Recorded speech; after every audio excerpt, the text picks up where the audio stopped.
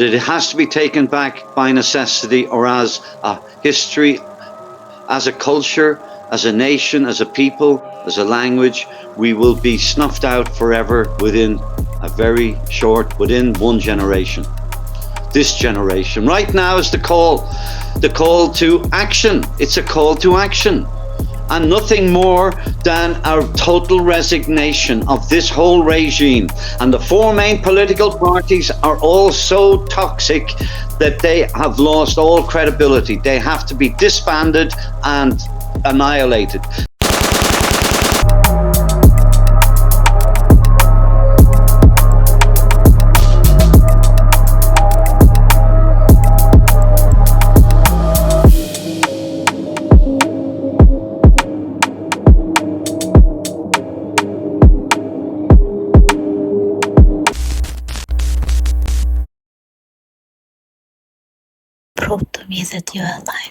So they can turn one country like Ireland that's been Catholic since they invaded, because religion can only be spread by force. So the Irish Catholic religion, the Christian religion, hold on a second. The Christian religion, the Islamic religion, and the Jewish religion, these are fucking 4,000 miles from Ireland. How the fuck did they get into Ireland? By force. So everywhere, man. Right now, it's not working for them anymore, so they're switching it over to a new one, and they don't give a fuck. One cheat. I just want to interject and qualify something you said there. You said that only religion can only be spread through force. By war, yeah, by force. I have to correct that and say, not so. Only irreligion has to be spread by force. True religion it is self-luminous, it's self-evident, and it is just like a lion. It's the truth. You don't have to defend it. It doesn't have to be enforced. Only irreligion has to be enforced. See, that's interesting because in a Slavic world, Vedas is in Russian or in Ukrainian. Vedas means to know, right? Like there's a knowledge, there's this universal knowledge that everyone has, and we always separated religion from the knowledge, because religion was something, like Jim said, it was created in the Middle East, man. But it's so interesting. It's so interesting what you said, though, the chief. You said that irreligion is what is being spread by force and needs to be spread by force. Yes, that is the only religion. That is the only way you can establish these irreligions. I got it. Yes. But religion to you is like that knowledge, right? Is like that knowing. It is pure, self-luminous, and it doesn't need to be forced or defended. It is self-established, and it also can only be established by the Supreme Lord. Mankind cannot establish religion. Religio. Man has no ability to reconnect with the divine unless the divine establishes that connection. Yeah? Okay. We have no. So the Supreme Lord, age after age, reestablishes the principles of religion. And over the course of time and the influence of mankind, these teachings break down and become corrupted and have to be revitalized and reestablished age after age. This is described in the Vedas, Bhagavad Gita, particularly, where Krishna is saying that to Arjuna, that in order to deliver the pious people and to annihilate the miscreants, as well as to reestablish the principles of religion, I advent myself age after age. And at this time, the religious principle for this age is not sacrifice of animals or meditation or all of these things. It is the chanting of the holy names of God. And that is there in all of the religions of the irreligions of the world as well. That they recognize at least that the names of God are holy. And it's there in the Old Testament, in the Psalms, praise the Lord with drum and flute, praise the Lord, his holy name. And it's in the New Testament, in Romans, 9:11, where it says that from the dawning of the day to the setting of the sun, the holy names of the Lord should be praised. Many of these scriptures, they will say there's 100 names of Allah in Islam, you know, Yeah, and but there's only one that's secret. the name of the Lord can never be taken in vain, because the name of the Lord has his potency. It is sacred and should be respected. And when one chants just the name of the Lord, and especially calling out, he is present. Where two or more are gathered in my name, I am there. This is in all of their teachings, but the people are not being shown, or they're being misdirected and giving false teachings by the supposed priests and mullahs like that of their respective religions. Yeah, So in the Slavic Vedas, we say that to communicate with the Most High, and through your ancestors with the Most High, is we were given technologies. So there was 3 technologies. There was yantra, mantra, and tantra. But yantra was the lower vibration, right? This is what the lower vibration, field that feeds off of it. Then there was a mantra. So sometimes we think it's through chanting, but it's actually a call. It's like dialing someone. Is you have to know the proper phone number in order to reach. So that is the mantra. And then the highest technology is the tantra, and the Western world has confused tantra sex and all of these different things, but tantra is actually the highest technology. It's another dimension that's above. So it's really interesting you say, but I wanted to ask Jim, because the chief said that he's an empath, and I know I'm an empath. Do you have similar qualities, Jim? Empathy for the world. Like, are you an empath? Not having empathy, but are you an empath? Empath meaning, like, if you see or someone struggle and you get close to them, you sort of feel their pain, Mm-hmm. Well, I try to always fix their situation. And yeah, in certain circumstances, I can feel people's pain. Mm-hmm. But like being around people who are in a type of pain that's self-inflicted and there's nothing you can do about it. I'm not an empath when I get there. I got you. I got you. But I can find Jim say that he is an empath to all of the innocent children, young people of the world that are coming into the realm right now, and what's ahead of them. Nothing but, Jim is an amazing human being, man. Like, I felt Jim's energy, like, all from ocean across, man. Like, there was something fundamentally, like, so deep, and I felt like I knew Jim forever. We never met in person, but I feel like I know him forever. What do you think about Jim moving to France? Like, what do you think about that? Well, even though we came from towns in the same county and within 20 miles of each other, and that we spent our lives growing up without each other. We didn't meet until I was in my 40s and he was close to it. So that was in the mid 90s. So, but I mean, would you want for such strong minds as Jim to make a return back to the motherland, like, or are you okay with these Irish being worldwide like that? No. I would like everybody who possibly can. Like, there are many people in America, for instance, and Canada, seeing what Trudeau in Canada especially has done there, and the totalitarian, draconian steps he's taken, freezing bank accounts and personal property, all of that. Mm-hmm. There are many that are looking at the United States and the Biden administration and also want out. There are Americans coming out of the American military, retiring every day and wanting to get the fuck out of America before the show comes down, So many of the diaspora, the founder of the American Navy was Irish, the Argentinian Navy was Irish. We have Irish in the Mexican army, established everywhere around the world.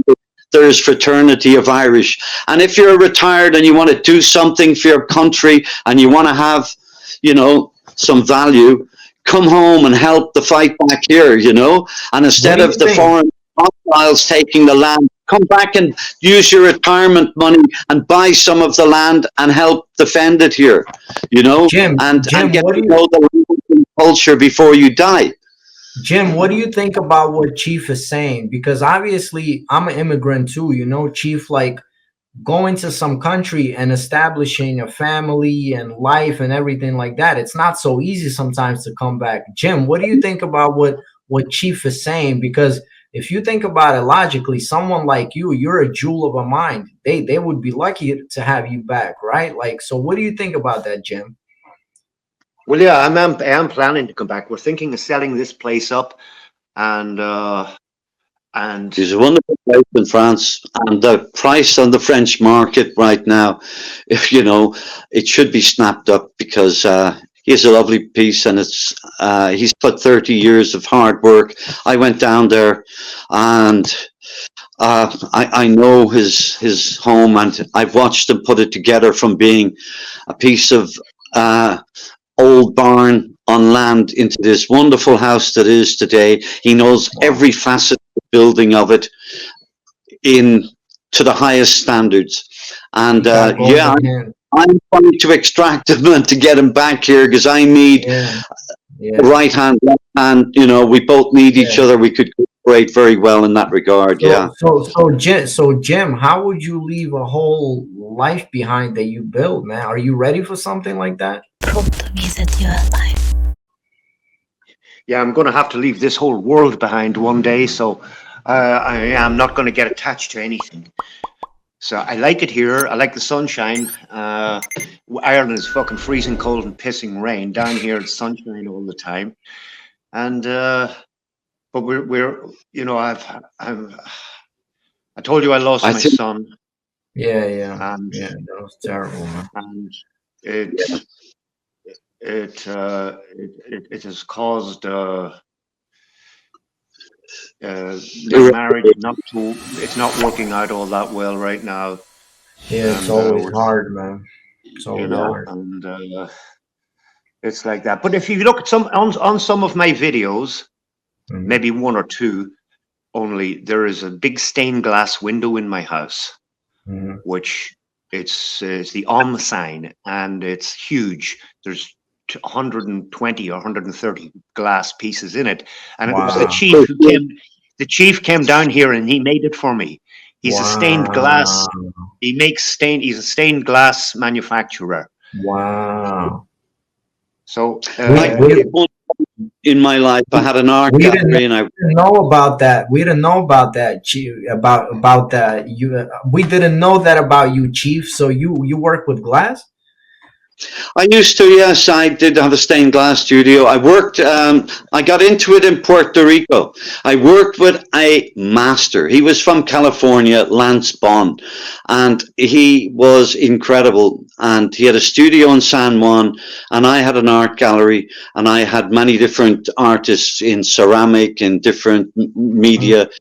I came across his work. I started to represent him and sell and get commissions for his studio, to the point that I got so hands-on. I learned every facet of the art and craft, and I got into it on my own. And then when I came back here, I established a studio myself. And the last window I did was actually probably in a domestic setting, was in Jim's house, and that he turned up at my door and his Audi station wagon, and he said, "You're coming down to France with me." And I loaded up my glass, my lead, my tools, everything I could fit in. Awesome, and the window that I designed came out of, you know, his wife's head. On the day when I drew up the design and they liked it, I started going ahead. That window came together in the most amazing way, down to the very last piece of glass. That it, for the design, the colors, everything, it was.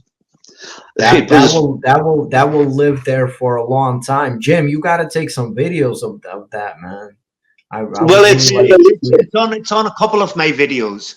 Yeah, I but did you it. gotta really, you have to really like take a video of it, you know, and put it up, man. That's so beautiful, man. not huge, as he said. It's 4 foot by 4'6" or something like That's that. awesome. That's awesome, man. That's awesome. So, Chief, what is your, if you could talk to the whole Irish world right now, what would you say to your brothers and sisters? What do you need them to do? Turn Take off fucking stock. TV. Turn off all mainstream media for a start. First and foremost, there's no way you can be drinking that stuff and have a proper idea of what's going on here. You need to take some time out and look at the legislations and what's actually happening here in close detail. It is nothing short of treason. As I said, we've got our media, medical establishment, our military, our police force, our education system. All of it is hijacked. And it's time for the people now to take our government back peacefully, if possible. But it has to be taken back by necessity, or as a history, as a culture, as a nation, as a people, as a language, we will be snuffed out forever within within one generation. This generation. Right now is the call to action. It's a call to action. And nothing more than our total resignation of this whole regime. And the four main political parties are all so toxic that they have lost all credibility. They have to be disbanded and annihilated. They have no future in the new Ireland. We need a new Ireland that is free of Freemasonry for a start, and free from all the toxic members and players that have already shown what they're capable of doing against us, we the people. And this has to be done ASAP. Right now, the first thing I would say to the local Irish people is to get your cars, get your trucks, your tractors, your trailers, and get out and block the four highways in and out of the cargo terminals of this country. There's only 4 airports and 2 ports that are bringing in all the foot traffic into Ireland. And if the people say no, we want a reversal. All the senior civil servants that have changed up our immigration policy and gone along with this behind our backs are also guilty of abnegation of their oath of office, and they are actually acting in a totally malfeasance manner. It qualifies as malfeasance and treason. And until the people realize there is no re-establishing these institutions the way they are now with this personnel, we need a whole new fresh blood of clean hands, people with clean hands. And in order to do that, we have to get this government to resign. There is no other option. We need full resignation across the board and a junta government re-established straight away. There are enough qualified people in Ireland to do it. Take back the reins and control over our media, our military, our police force, our medical establishment, and our education system. And that's a start. I'd go for ahead, heads on spikes. Heads on spikes. Yeah. Well, Nuremberg and trials for treason and malfeasance will be following. But the first thing before we get to that step is a full resignation of all parties that are ruling and running the country right now to the ground. For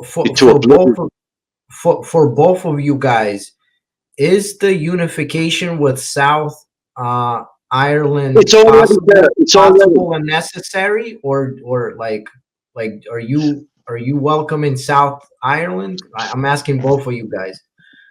No, South. I don't think. Go ahead, Protestant people. I still have a lot of friends, Protestant friends in Northern Ireland, and the Protestant people should not be subject to this fucking crazy lunatic Rome rule Irish government. Okay. And a lot of people want a united Ireland, and a lot of people don't. And I don't want one. I like the border, because Okay. I might have to go back to work one day. Do you So agree don't- with that, Chief? Do you agree with that? What Jim is saying? You don't want South Ireland anymore? It's too late. Well, you see, this entity that used to be called Northern Ireland is no longer an entity. It expired in 2022. That Yeah, you mentioned 100 it. dissolved. So it has no statehood. It has no postage stamp. It has no legal, lawful existence right now as we speak. So the people up there are not aware of this. So But it's still existing. That's what so I mean. It's still active, though. our government and the British government are acting in coordination with each other right now in such a way as to make it the border doesn't exist. As they're both operating together right now, they're acting as it doesn't exist. It's a dissolved issue. Now, to reestablish the Northern Division, as Jim was saying, I wouldn't be involved or in favor of that, and I don't think anybody in Ireland would. But there would be that Northern Protestant community that would be very apprehensive, and naturally so, to want to have anything to do with the south of Ireland and Rome rule and all of this. But they don't realize it's happening in Britain the same as here. It's happening in Scotland, Wales, the same as here, you know?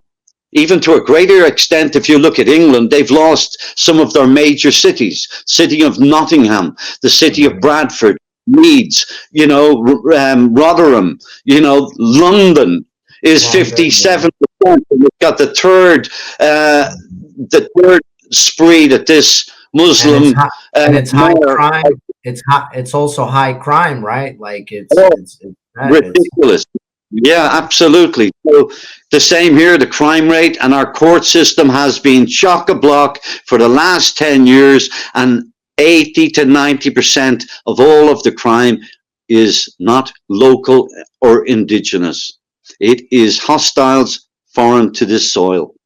Yeah, and it's like heinous crimes too. I heard it's heinous crimes, man. Raping, attacking, and it's now escalated. The latest thing is child abductions. 3 in the last week.